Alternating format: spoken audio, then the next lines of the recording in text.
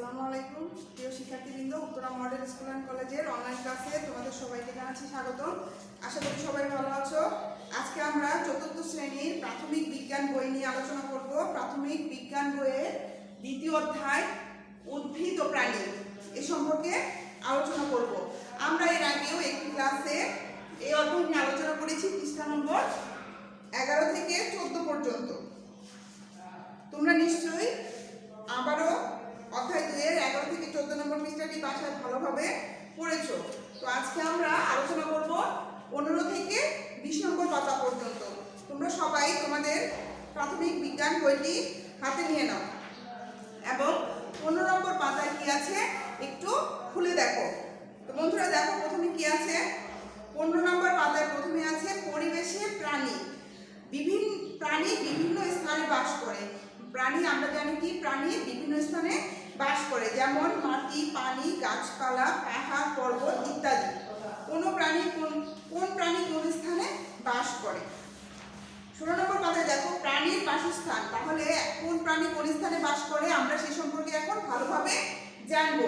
প্রাণীর বাসস্থান, বিভিন্ন প্রাণী পরিবেশের বিভিন্ন স্থানে বাস করে। তাহলে পরিবেশে কি বিভিন্ন ধরনের প্রাণী থাকে, সেগুলো আবার বিভিন্ন স্থানে বাস করে।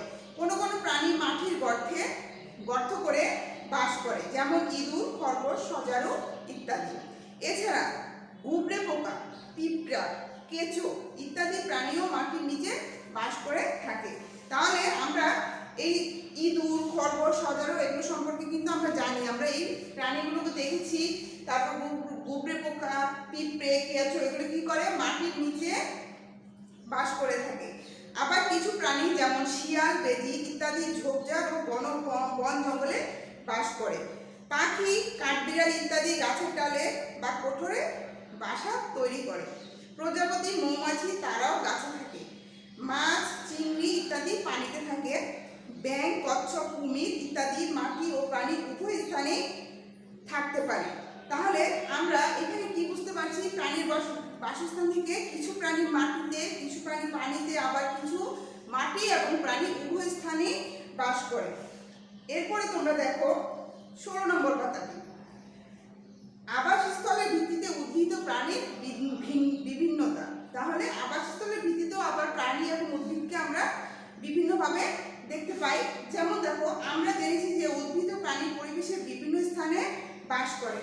পৃথিবীতে জীবের বসবাসের জন্য বিভিন্ন পরিবেশ রয়েছে, যেমন মাটি বা জলজ পরিবেশ, পানি বা জলজ পরিবেশ, সামুদ্রিক পরিবেশ, মরুভূমির পরিবেশ, বনজ পরিবেশ, মেরু অঞ্চলের পরিবেশ।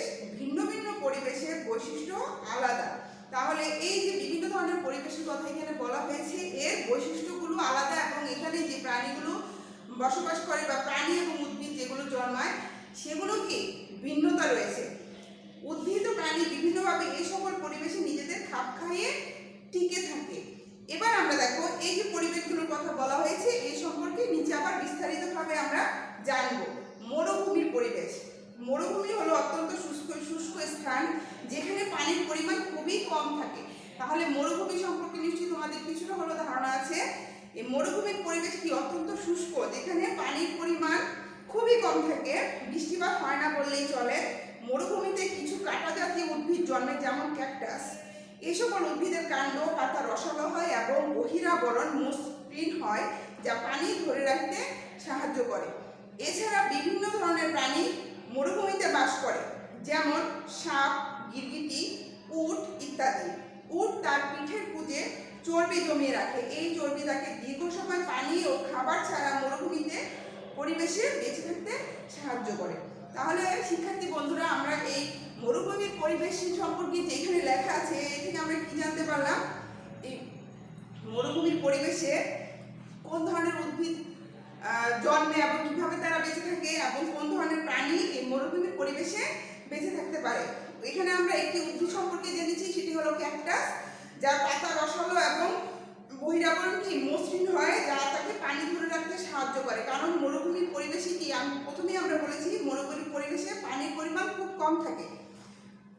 তাহলে ক্যাকটাস কিভাবে এখানে বেঁচে থাকে সে সম্পর্কে আমরা বুঝতে পারলাম। এবং এখানে কিছু প্রাণীর কথা আমরা জেনেছি, সাপ, গিরগিটি, উট। উট কি করে? তার পিঠ রেখে খুঁজে চর্বি জমিয়ে রাখে, যা তাকে দীর্ঘদিন কি করে পানি এবং খাবার ছাড়া মরুভূমির পরিবেশে বেঁচে থাকতে সাহায্য করে। এবার আমরা জানবো বনজ পরিবেশ। যখন কোনো স্থানে প্রাকৃতিকভাবে বিভিন্ন ধরনের উদ্ভিদ প্রচুর পরিমাণে জন্মায় তখন সেখানে বনের সৃষ্টি হয়, যেমন সুন্দরবন, শালবন। তাহলে বন কি বলতে আমরা কি বুঝি? যেখানে প্রাকৃতিকভাবে বিভিন্ন ধরনের অনেক ঘনভাবে গাছপালা বেড়ে ওঠে এবং জন্মায়, সেটা হচ্ছে বন। তাহলে দুটি বন সম্পর্কে এখানে লেখা আছে, একটি হচ্ছে সুন্দরবন আর একটি হচ্ছে শালবন। বনজ পরিবেশে আবার অনেক প্রাণীর আবাসস্থল। তাহলে বনেও কি করে বিভিন্ন ধরনের প্রাণী বাস করে, যেমন দেখো রয়্যাল বেঙ্গল টাইগার, হরিণ, মেছো বাঘ, বন বিড়াল, বানর, পাখি ইত্যাদি। এবার আমরা জানবো জলজ পরিবেশ। পুকুর, খাল, বিল ইত্যাদি হলো জলজ পরিবেশ। পানিতে জন্মানো বিভিন্ন উদ্ভিদের মধ্যে রয়েছে শাপলা, কচুরিপানা, কতিপানা ইত্যাদি। আবার প্রাণীর মধ্যে রয়েছে ঝিনুক, চিংড়ি মাছ ইত্যাদি। এবার দেখো সামুদ্রিক পরিবেশ। সমুদ্র হলো লবণাক্ত পানির বিশাল ভান্ডার। সমুদ্র অনেক ধরনের উদ্ভিদ ও প্রাণীর আবাসস্থল। সমুদ্রেও কি বিভিন্ন ধরনের উদ্ভিদ এবং প্রাণী বাস করে বা তাদের আবাসস্থল। এখানে দেখো সামুদ্রিক প্রাণীর মধ্যে রয়েছে তিমি, ডলফিন, মাছ, কাঁকড়া ইত্যাদি। সামুদ্রিক উদ্ভিদের মধ্যে রয়েছে বিভিন্ন ধরনের সামুদ্রিক শৈবাল। মেরু অঞ্চলের পরিবেশ। এবার আমরা জানবো মেরু অঞ্চলের পরিবেশ। পৃথিবীর উত্তর ও দক্ষিণে সবচেয়ে ঠান্ডা ও বরফ আচ্ছাদিত স্থানই মেরু অঞ্চল। মেরু অঞ্চলে কিছু ঘাস ও পাইন জাতীয় উদ্ভিদ দেখা যায়।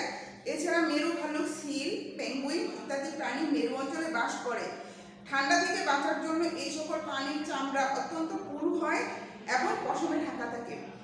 তাহলে এই যে মেরু অঞ্চলে যে প্রাণীগুলো বাস করে তাদের চামড়া কি বলা হয়েছে কি? প্রাণীর চামড়াগুলো অত্যন্ত পুরু মানে মোটা হয়, পশম এবং অনেক পশমে ঢাকা থাকে। এরপর যাবো 19 নম্বর পাতায়। দেখো জীবের উপর পরিবেশের প্রভাব। জীবের উপর পরিবেশের প্রভাব। উদ্ভিদ ও প্রাণীর উপর পরিবেশের ইতিবাচক প্রভাব। ইতিবাচক প্রভাব বলতে আমরা যেটা ভালো দিকগুলো বুঝি সেটা হচ্ছে ইতিবাচক প্রভাব। পরিবেশে বিভিন্ন ধরনের উদ্ভিদ ও প্রাণী বাস করে। টিকে থাকার জন্য উদ্ভিদ ও প্রাণী পরিবেশ থেকে খাবার, পানি এবং আশ্রয় পেয়ে থাকে। তাহলে এই যে পরিবেশ টিকে থাকার জন্য উদ্ভিদ এবং প্রাণী যেসব জিনিসগুলো দরকার সেগুলো তারা কোথা থেকে পায়? পরিবেশ থেকে পায়। গুরুত্বপূর্ণ জিনিসগুলো হচ্ছে খাবার, পানি এবং আশ্রয়। এগুলো ছাড়া কি প্রাণী বেঁচে থাকতে পারবে না। উদ্ভিদ এবং প্রাণীর উপর পরিবেশের নেতিবাচক প্রভাব। এবার আমরা দেখব পরিবেশের যে খারাপ দিকগুলো আছে, যেমন দেখো ঝড়, বন্যা ও খরার মতো প্রাকৃতিক কারণে পরিবেশের পরিবর্তন হচ্ছে। মানুষের বিভিন্ন কার্যকলাপের জন্য পরিবেশের ব্যাপক পরিবর্তন হচ্ছে। পরিবেশের পরিবর্তনের ফলে উদ্ভিদ ও প্রাণীর আবাসস্থল ধ্বংস হচ্ছে। এর ফলে উদ্ভিদ ও প্রাণী বিভিন্ন বিপন্ন বা বিলুপ্ত হচ্ছে। যেমন দেখো ডোডো পাখি এবং কাশ্মীরিয়ান বাঘ পৃথিবী থেকে বিলুপ্ত হয়েছে। আবার বাংলাদেশ থেকেও লাল শিরো, জাবা গন্ডার এবং রাজ শকুন বিলুপ্ত হয়েছে। বর্তমানে তালিকা রয়্যাল বেঙ্গল টাইগার বিপন্ন। তাহলে দেখো পরিবেশ থেকে আমরা যেমন উদ্ভিদ এবং প্রাণী কি করছে বিভিন্ন ধরনের সুযোগ সুবিধা পেয়ে থাকছে, আবার তার কিছু নেতিবাচক প্রভাবও রয়েছে। প্রাকৃতিক বিভিন্ন দুর্যোগের কারণে প্রাণী এবং উদ্ভিদ যেমন ক্ষতিগ্রস্ত হচ্ছে, তেমনিভাবে মানুষের বিভিন্ন কার্যকলাপের কারণে কি মানুষ তাদের নিজেদের প্রয়োজন মেটানোর জন্য গাছপালা কেটে ফেলছে। এই কারণে কি হচ্ছে বিভিন্ন উদ্ভিদ ধ্বংস হচ্ছে এবং তার সাথে সাথে প্রাণীরাও বিলুপ্ত হচ্ছে। তো বন্ধুরা তোমরা এই যে 15 থেকে 19 পর্যন্ত যে পাতার মধ্যে যেই রিডিংগুলো আছে তোমরা খুব ভালোভাবে পড়বে এবং এর ভিতর থেকে বিভিন্ন ধরনের টিক চিহ্ন, কুইজ বের করে নিজেরা কুইজ বের করে করে পড়বে। এখন আমরা 20 নম্বর পাতাটি খুলে দেখো। 20 নম্বর পাতায় অনুশীলনী আছে, অনুশীলনীতে চলে যাব। প্রথমেই আছে দেখো 1 নম্বরে শূন্যস্থান পূরণ। পরিবেশের যে স্থানে কোনো উদ্ভিদ বা প্রাণী বাস করে সেটি তার আবাসস্থল। উদ্ভিদ এবং প্রাণী ঢেস বিভিন্ন স্থানে বাস করে, পরিবেশের বিভিন্ন স্থানে বাস করে। ঘনভাবে জন্মানো বিভিন্ন ধরনের উদ্ভিদ সম্বলিত প্রাকৃতিক স্থানই হলো ঢেস, কি হবে? বন। লবণাক্ত পানির বিশাল ভান্ডার হলো সমুদ্র। উট তার পিঠের পুঁজে ঢেস জমিয়ে রাখে, চর্বি জমিয়ে রাখে। এই যে শূন্যস্থান, ঠিক চিহ্ন এবং ছোট প্রশ্ন, বড় প্রশ্ন যেগুলো আছে এগুলো আমরা এডিটিং এর ভিতর থেকেই পেয়ে যাব। তারপরে আমি তোমাদেরকে মুখে মুখে একবার বলে দিচ্ছি, তোমরা একটু লক্ষ্য করে দেখো। তিমি কোথায় বাস কিভাবে সাহায্য করে ঠান্ডা থেকে বাঁচতে? কোনটি বিলুপ্ত প্রাণী? ডোডো পাখি। সংক্ষিপ্ত প্রশ্ন দেখো, উদ্ভিদ ও প্রাণীর মধ্যে তিনটি পার্থক্য। তোমরা এটি অবশ্যই পারবে। উদ্ভিদ এবং প্রাণীর মধ্যে পার্থক্য আমরা পড়েছি বইয়ের ভিতরে। উদ্ভিদ চলাফেরা করতে পারে না, প্রাণী চলাফেরা করতে পারে। উদ্ভিদ এক স্থানে থেকে অন্য স্থানে যেতে পারে, উদ্ভিদ এক স্থান থেকে অন্য স্থানে যেতে পারে না, প্রাণী এক স্থান থেকে অন্য স্থানে যেতে পারে। তারপরে এইভাবে তোমরা বইয়ের ভিতরে দেখো আরো কিছু পার্থক্য লেখা আছে। উদ্ভিদ আঘাত পেলে সাড়া দেয় না, প্রাণী কি করে? সাড়া দেয়।